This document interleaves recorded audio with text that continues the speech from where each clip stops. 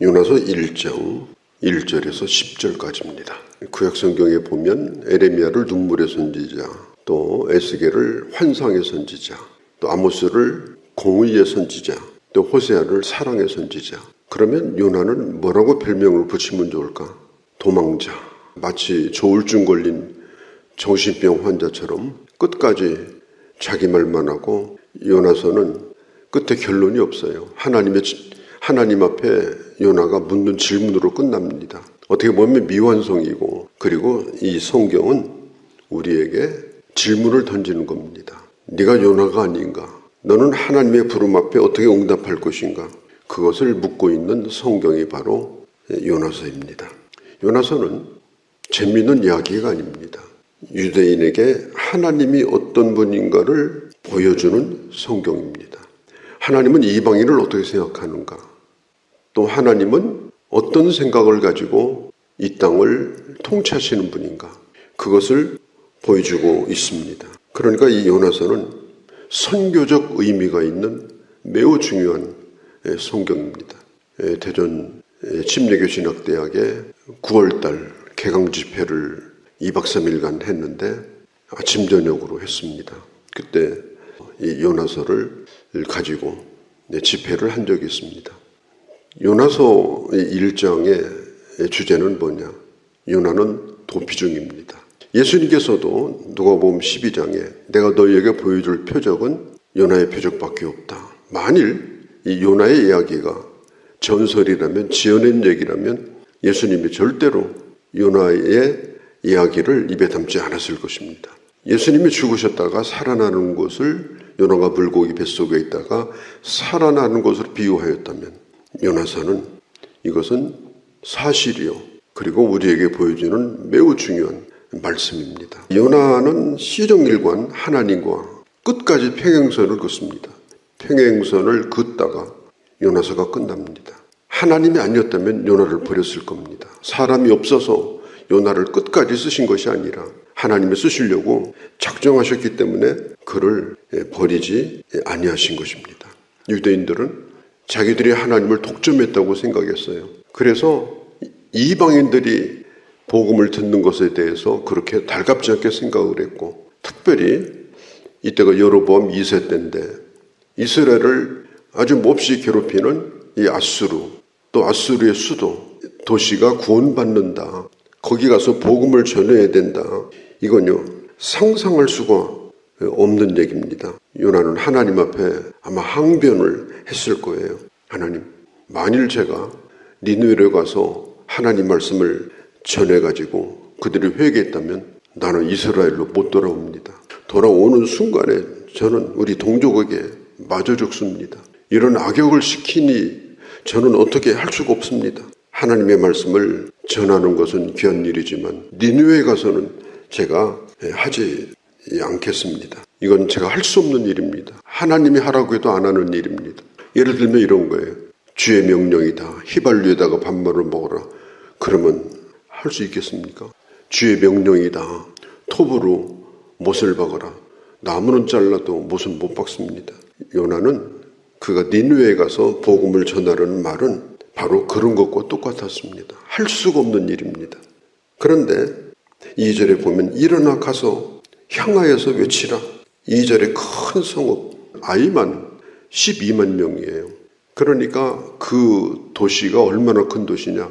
100만 명이 넘는 도시입니다. 그곳을 향해서 가라고 말합니다. 어마어마한 도시입니다. 2절에 가서 이렇게 말합니다. 가야 됩니다. 예전에는 십자가만 꼽으면 교회가 부흥됐습니다. 전도 안 해도 그냥 저절로 교회 들어왔습니다.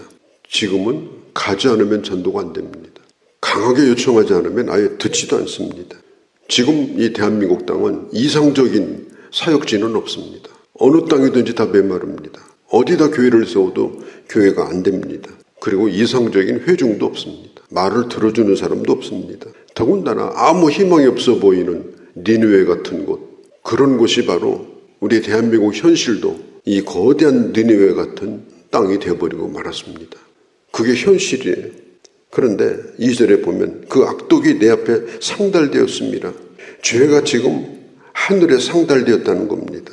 이 지상에서 일어나는 악은 전부 수증기가 하늘로 올라가듯이 하나님 앞에 올라갑니다. 열도 올라가고 수증기도 올라가고 연기도 올라가는 것처럼 이 지상에서 행해지는 악은 하늘로 올라갑니다. 하늘로 올라가면 비가 내리듯이 반드시 그 악에 대하여 하나님의 심판이 있습니다.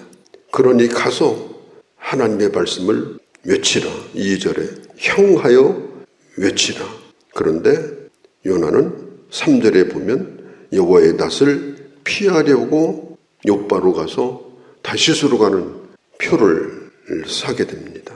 우리가 이 세상을 향해서 하나님의 말씀을 외쳐야 할 때 그때 등을 돌리게 되면 그것은 그 순간부터 하나님을 등지는 겁니다. 태양을 등지는 겁니다. 그때부터는 아무런 소망이 없습니다.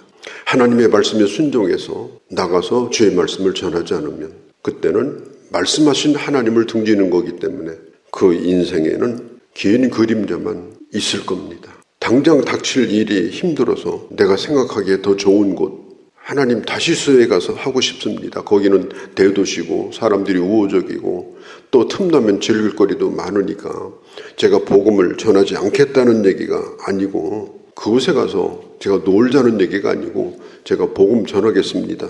그렇게 하고 욥바로 내려간 겁니다. 3절에 보면 욥바로 내려갔더니 그 순간부터 내려가는 거예요. 어디까지 내려갔냐? 물고기 뱃속 수올까지 내려갔습니다. 수올이라는 말은 무덤이라는 뜻이에요. 한번 내려가기 시작하면요. 그때부터는 미끄럼틀하고 똑같아요. 가만히 있어도 내려갑니다. 저절로 내려갑니다. 10년 동안 아무리 잘 보관한 것이라더라도 10분만 내놓으면 썩습니다. 썩는 걸 막을 길은 없습니다. 이 욥바는 이 다시스로 가는 배를 타는 곳입니다. 거기에 욥바 항이 있고 욥바 여행사가 있습니다. 요나가 그냥 배 탄 게 아닙니다. 지중해를 건너서 스페인 쪽으로 가는데 상당수의 뱃삭을 주고 그러니까 하나님의 말씀을 등지는 일은 공짜로 되는 일이 아니에요. 돈이 들어갑니다. 물질 낭비합니다. 시간 허비합니다. 그리고 표를 사가지고 줄을 서는데 처음에는 두려운 마음으로 줄을 섰어요. 근데 보니까 막 사람들이 쭉 줄을 서 있는 거예요. 왜? 그 배가 자주 오는 배가 아니에요.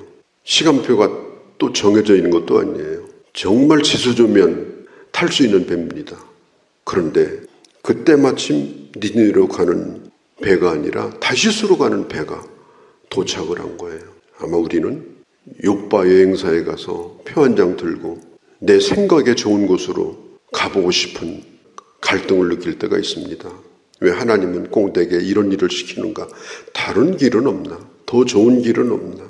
저에게도 한 두어 번 청빙이 들어온 케이스가 있었는데 둘 다가 서울에 건물이 있는 교회고 한 교회는 빌딩 같은 건물이 있는 교회인데 제가 안 간 것이 아니라 갈 수가 없었습니다.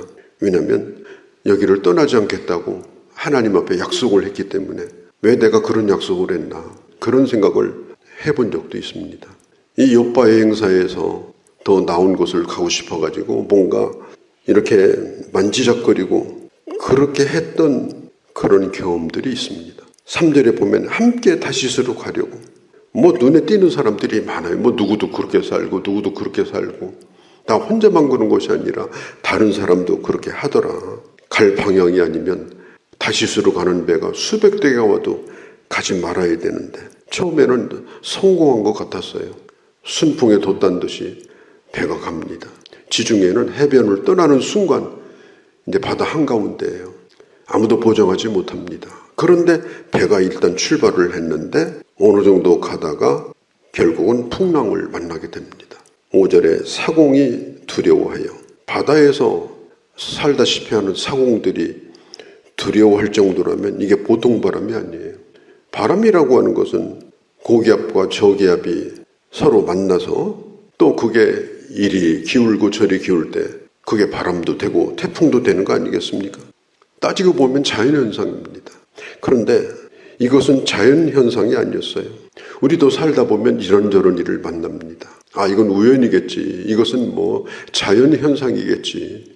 요즘 뭐 경기도 나쁜데 뭐 다른 사람도 뭐 그렇게 되더만 그렇게 돌리고 왜 이런 일이 내게 닥치는가에 대해서 고민하지 않습니다. 우리는 아무리 자연현상이라 할지라도 개인적으로 하나님 앞에 물어야 됩니다. 왜 이런 일이 생기는가? 하나님 안에서 오늘 내가 겪는 환경과 사건에 대하여 질문을 던지는 사람이 이게 하나님의 사람입니다. 풍랑 앞에서는 무신론자가 없다고 그러죠. 선장이 그리고 선원들이 여행 가는 사람들, 사업하려고 배를 탄 사람들, 그 순간 그들은 자기들의 신을 부릅니다. 선상 기도회가 열립니다. 그런데 부르는 신의 이름은 다 다릅니다. 그러고 있을 때 5절에 보니까 깊이 잠든지라. 요나는 깊이 잠들었어요.